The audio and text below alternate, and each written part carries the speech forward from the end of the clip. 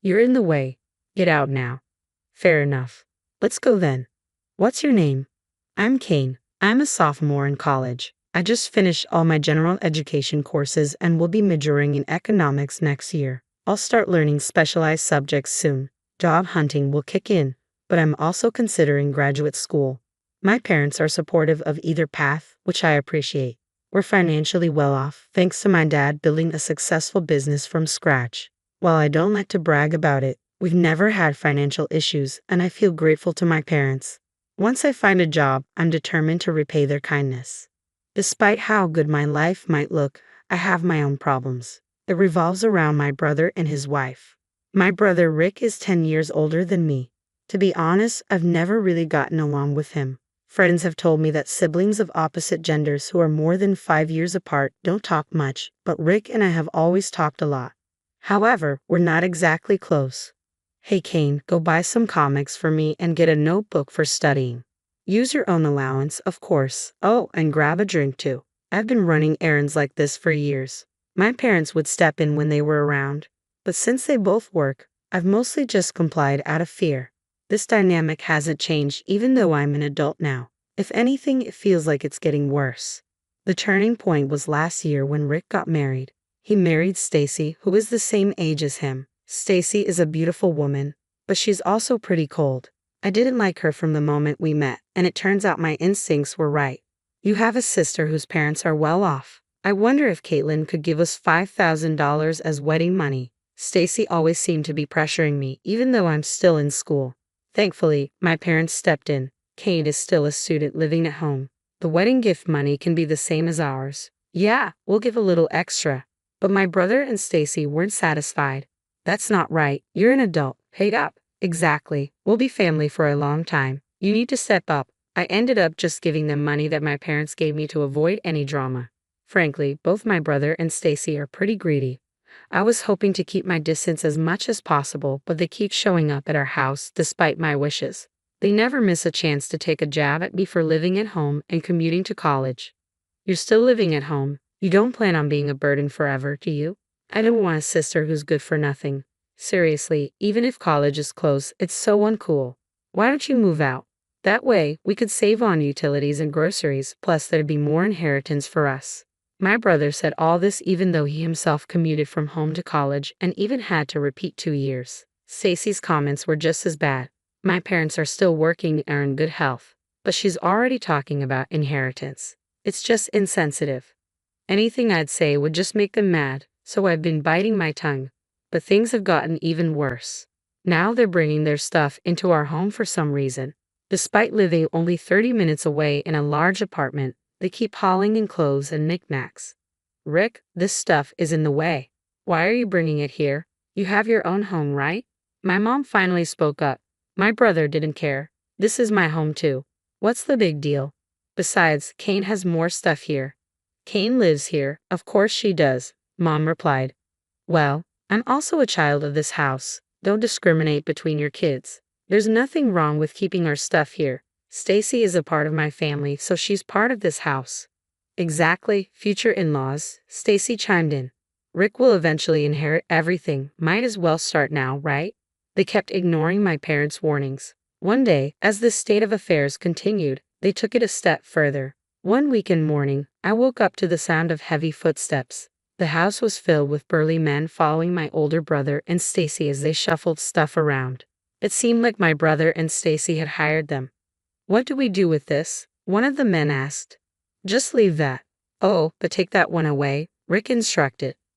Got it. Following my brother's instructions, the men started moving drawers that belonged to my parents and me. They even took my college textbooks and other stuff I use daily. Hey, what are you doing? Stop this now, I demanded. Well, we were hired by them, one of the men replied, nodding towards Rick and Stacy.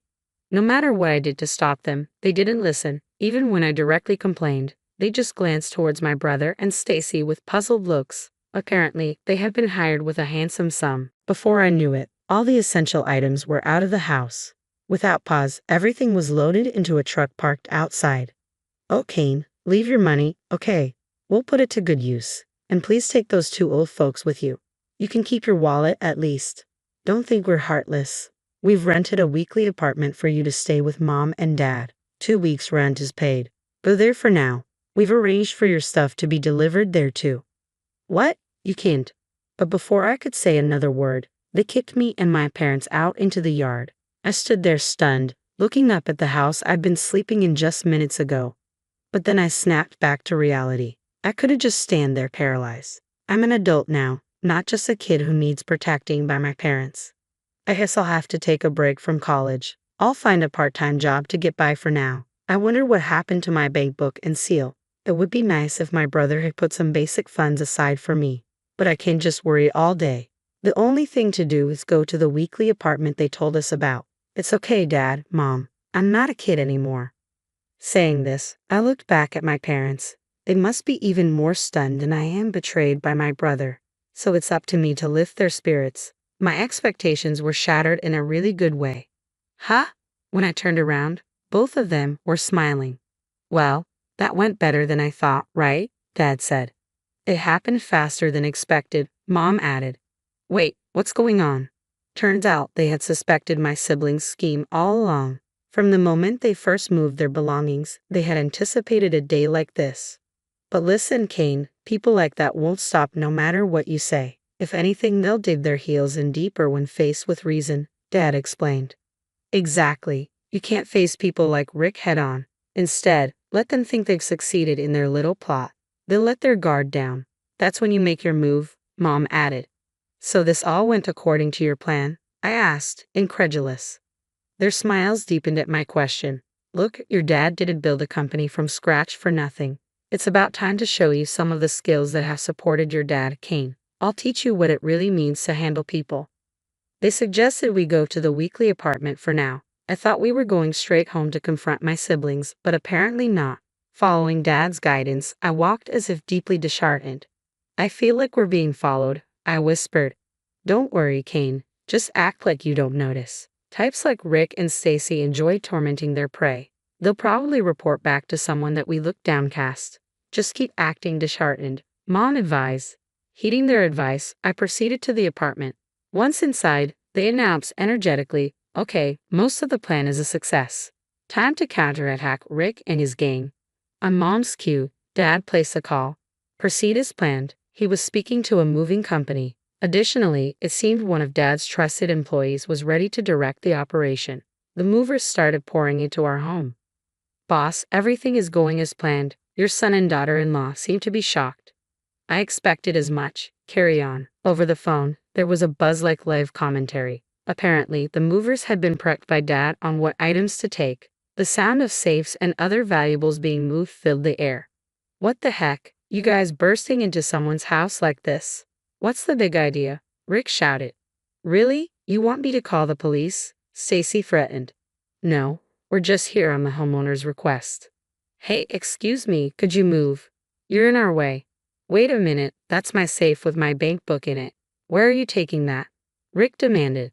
Your father requested this. He told us to move it to the new house.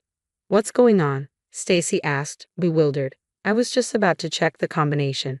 It's your father's wish. And by the way, Rick, it's telling that you, his own son, don't even know the safe combination. Clearly you're not trusted. Shut up, you're just an employee. Wait, that jewelry belongs to my mother-in-law. What are you doing with it? This is under the vice president's order. We're also taking this to the new home. If you damage it, you'll be billed for it. What? Stop. I can't afford that. Then please don't get in the way. About an hour later, the room quieted down, and I heard one of the employees. Mr. President, Vice President, all arrangements are complete. Sorry to bother you on your day off. It's not trouble at all. Thank you, my father replied. He hung up the phone and turned to me. Let's go to our real home. He led me to a mansion just as lavish as our old home, actually even grander. What is this place? I asked, astonished. Our new home. Yes, Kane, the security is even tighter. Rick won't be able to get in so easily. What about the old house? I quietly sold it. A broker will step in tomorrow. And what about Rick and Stacy? Don't know, don't care. They might get kicked out, but it was never their home to begin with. They'll be fine. Exactly, Kane. Now we've got a busy day with the move. We've got to get it all done by tonight, Mom encouraged. We all started to work, taking stock of the new house's layout and organizing my rooms and the living area. By nightfall, we had finished everything. I was too tired to even think about Rick and fell into a deep sleep.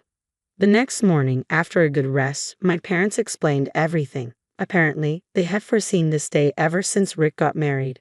Rick is just like that, and I suspected Stacy would be the same. So I had a backup plan all along. Originally, I planned to move into this house anyway. It's a secret even from Rick, so we can live here in peace. What about my brother? I can't imagine they'd keep quiet after all this. You're right. It seems like Rick and the gang are quite disgruntled. But we have a top-notch lawyer at our company. It's clear who's in the wrong here, don't you think? Absolutely. It turns out Dad's legal consultant reached out to my brother. If they tried to harm us any further, they'd be sued.